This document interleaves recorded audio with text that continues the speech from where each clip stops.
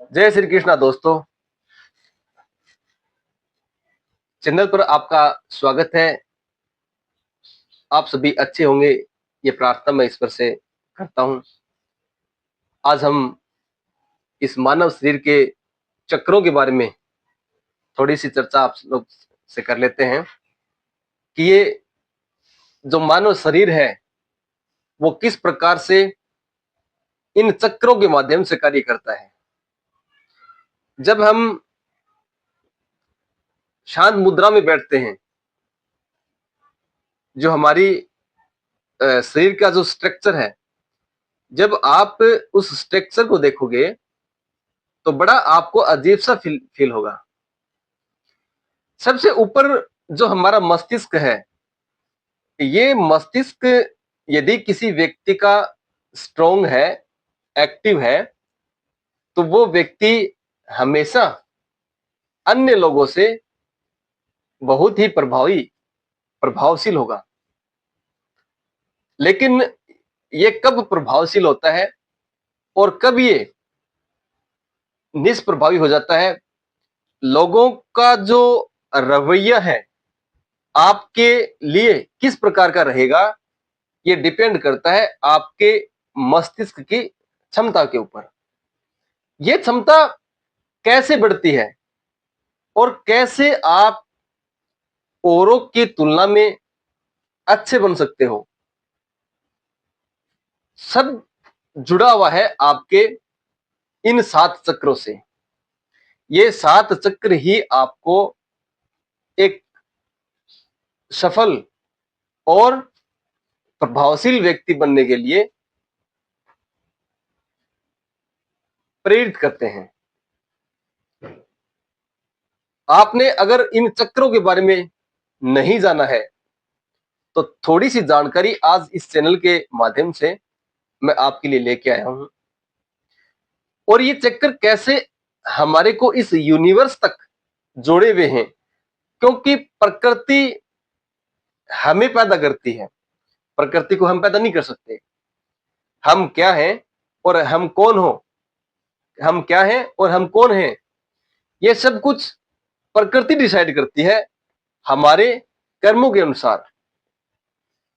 हम चाहकर कुछ नहीं कर सकते, लेकिन यदि हमारे कर्म निरंतर प्रगतिशील हैं तो हम वो कुछ कर सकते हैं जो हमने कभी चाहा हो। आज अगर हम ये सोचते हैं कि ऐसा हो जाए, मैं चांद पर चला जाऊं, मैं सूरज को निगल लूं, मैं एरोप्लेन खरीद लूं, या फिर मैं ऐसा ऑफिसर बन जाऊं, अकेले चाहने मात्र से आप कुछ नहीं कर सकते। लेकिन यदि आपने अपने विचारों को प्रगतिशील कर दिया है, आपने कर्म निरंतर शुरू कर दिया है, तो अवश्य ही आप उस मंजिल तक जरूर पहुंच जाओगे। इसके लिए सबसे जो जरूरी है वो होता है अपने आप को संपूर्ण करना। यदि आप अपने आप में संपूर्ण हैं तो वो सारी विचार, वो सारे सपने आपके पूरे हो जाएंगे। जो शरीर का सबसे महत्वपूर्ण चक्र है, जो हमारे मस्तिष्क के सबसे ऊपर की ओर, यहां इसको बोलते हैं सहस्रार चक्र। ये सहस्रार चक्र क्या है? ये सहस्रार चक्र वो रिमोट, वो कनेक्शन जो हमें इस प्रकृति से जोड़े हुए हैं, यहां से जो वाइब्रेशंस निकलती हैं वो इस यूनिवर्स तक हमें डायरेक्शन देती रहती हैं। वही हमें अलग अलग कार्य करने के लिए प्रेरणाएं देती रहती हैं। ये वो कनेक्शन है जो डायरेक्ट हमारी प्रकृति से जुड़ा हुआ है।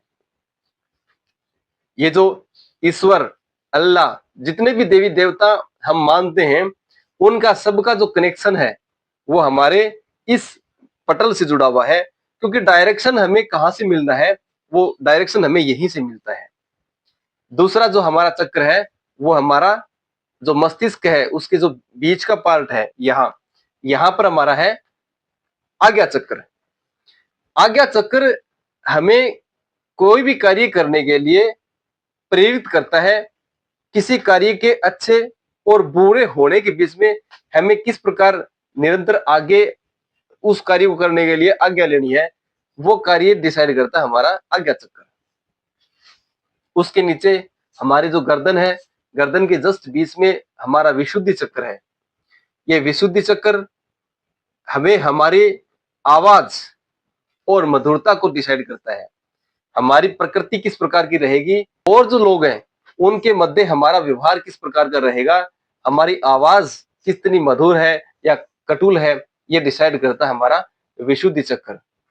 उसके नीचे जो अनाहत चक्र है, अनाहत चक्र, मणिपुर चक्र, ये हमारे हृदय पटल से जुड़े हुए हैं, हमारे मनोभावों से जुड़े हुए हैं, ये हमारे मन को नियंत्रित करने के चक्र हैं। यहां से जुड़ा होता है हमारे जो वेदनाएं हैं, करुणाएं हैं, अहंकार है, हमारे दूसरों के प्रति दया भाव है, अहंकार है, ये सारा यहां से जुड़ा हुआ है। फिर उसके नीचे हमारी जो सुंडी है, वहां पर हमारा स्वादिष्ठान चक्र है। ये जो स्वादिष्ठान चक्र है, जितना भोजन हम दिनचर्या में करते हैं सुबह से लेकर शाम तक, वो भोजन हमारे आहार नाल के जरिए इस जो आपके लीवर वगैरह में पहुंचता है, वहां से जो ऊर्जा बनती है, वो ऊर्जा बनती है आपके स्वादिष्ठान चक्र में। ये स्वादिष्ठान चक्र आपका मजबूत होगा तो आपको जो खाना मिल रहा है उसकी एनर्जी आपको पूर्ण मिलेगी। जैसे ही आपकी एनर्जी तैयार होती है, आपका जो शरीर के अंदर ब्लड बनता है, खून बनता है, उससे जितनी सारी एनर्जी जो आपकी बनती है वो सेव कहाँ होती है, वो सेव होती है आपके सबसे नीचे, सुंडी के नीचे जो आपका 7वां चक्र है, वो है आपका मूलाधार चक्र। उस मूलाधार चक्र में आपकी सारी एनर्जी सेव रहती है। यदि आप अपने आप को संपूर्ण बनाना चाहते हैं तो आप नियमित रूप से योगाभ्यास और मेडिटेशन करके अपने आप को जो स्वयं की ऊर्जा है उसको संचित करने के लिए आप अपने आप को संपूर्ण बना सकते हैं। चक्रों की थोड़ी जानकारी और मैं आपको शेयर करता हूं। जैसे ही हम भोजन करते हैं, वो भोजन हमें ऊर्जा देता है। यदि आपका स्वादिष्ठान चक्र कमजोर है तो वो आपको जो एनर्जी मिलनी चाहिए थी उस भोजन से, वो नहीं मिल पाएगी। जैसे आप अग्नि के अंदर कुछ डालते हो जलाने के लिए, लेकिन जो लकड़ियां आपने डाली हैं वो अगर गीली हैं तो वहां धुआं उत्पन्न होता है, एनर्जी आग नहीं बनती।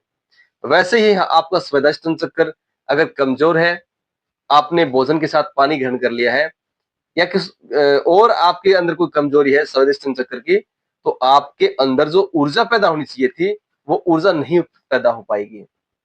ऊर्जा अगर पैदा हो जाती है, उसके बाद में आपकी जो ऊर्जा के संचित होने का केंद्र है वो आपका है मूलाधार चक्र, जिसको हम बैटरी भी कह सकते हैं।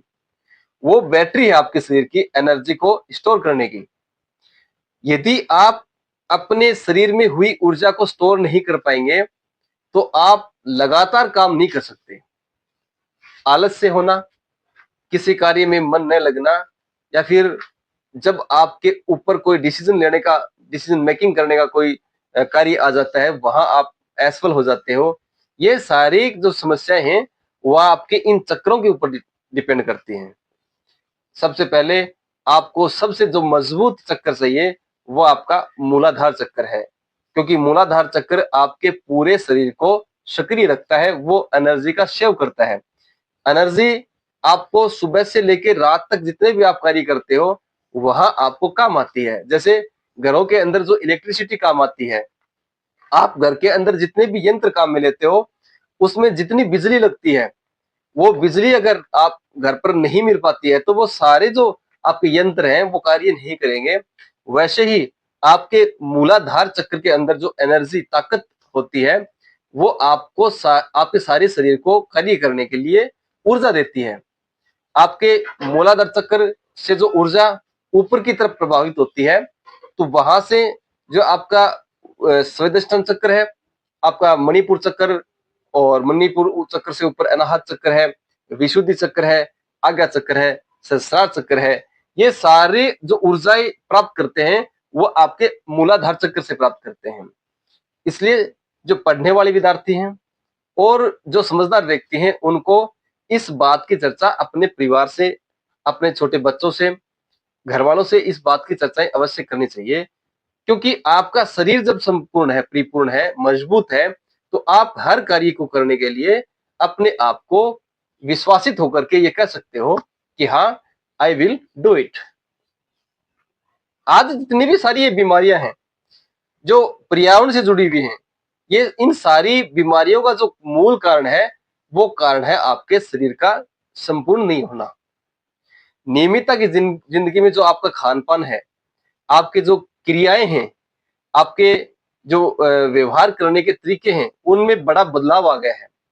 आप उन बदलावों को वापिस से स्टोर करिए, समझिए और एक नया जीवन जीने के लिए, नए पथ पर चलने के लिए तैयार हो जाइए।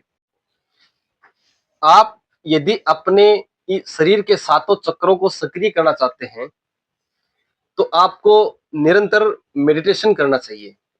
दूसरा, अगर आप अपने स्वादिष्ठान चक्र को सक्रिय करना चाहते हैं तो आप योगाभ्यास कीजिए। योग और अभ्यास, खेलकूद, इससे आपके चक्र है वो सक्रिय हो जाते हैं। जो आपके शरीर की जितनी भी यौगिक क्रियाएं हैं वो आप इसको जोड़कर रखिए, क्योंकि निरंतरता है वो हमें उच्चता की ओर लेके जाती है। लेकिन साथ में याद रखना, कभी भी ऐसे कोई गलत कार्य नहीं करना जिससे आपके इन सातों चक्कर पर प्रभाव पड़े।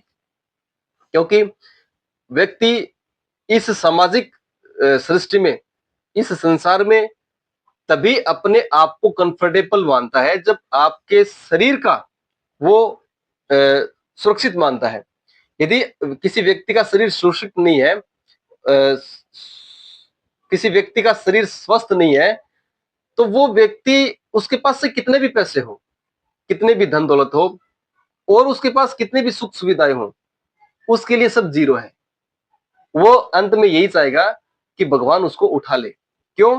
क्योंकि सबसे पहले अगर आपको चाहिए, वो चाहिए आपका शरीर का स्वस्थ होना। लिखा भी हुआ है शास्त्रों में कि पहला सुख निरोगी काया, दूसरा सुख घर में हो माया। तो पहला सुख आपके जो है वो आपकी काया के निरोगी होने में है। तो आप अपनी काया को निरोगी करने के लिए आपके सातों चक्रों को सही, स्वस्थ और बनाए रखने के लिए हमारे चैनल से जुड़े रहिए। धन्यवाद।